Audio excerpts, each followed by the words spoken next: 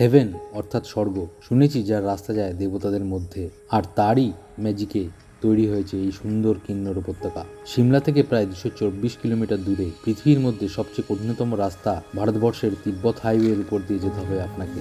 এক পাহাড়ি জনপদ যেখানে সময়টা একটু থেমে থাকে আর প্রকৃতি যেন আপন মনে ছবি আঁকে আকাশের ক্যানভাসে। তারই নাম Kalpa, the heaven of earth. হিমাচলের কোণে কিন্নর উপত্যকার হৃদয়ে এক নিঃশব্দ কবিতা। এইখানে আকাশ আর পাহাড়ের মাঝে লুকিয়ে থাকে কোনো এক পুরাতন উপকথা। কিন্নর কৈলাস, এখানে ভগবান শিবের নিঃশ্বাস মিশে আছে বাতাসে। কল্পা কোনো গন্তব্য নয়, সে এক অনুভব, যেখানে হৃদয়ে ক্যামেরায় থেকে যায় অনেক অদেখা দৃশ্য।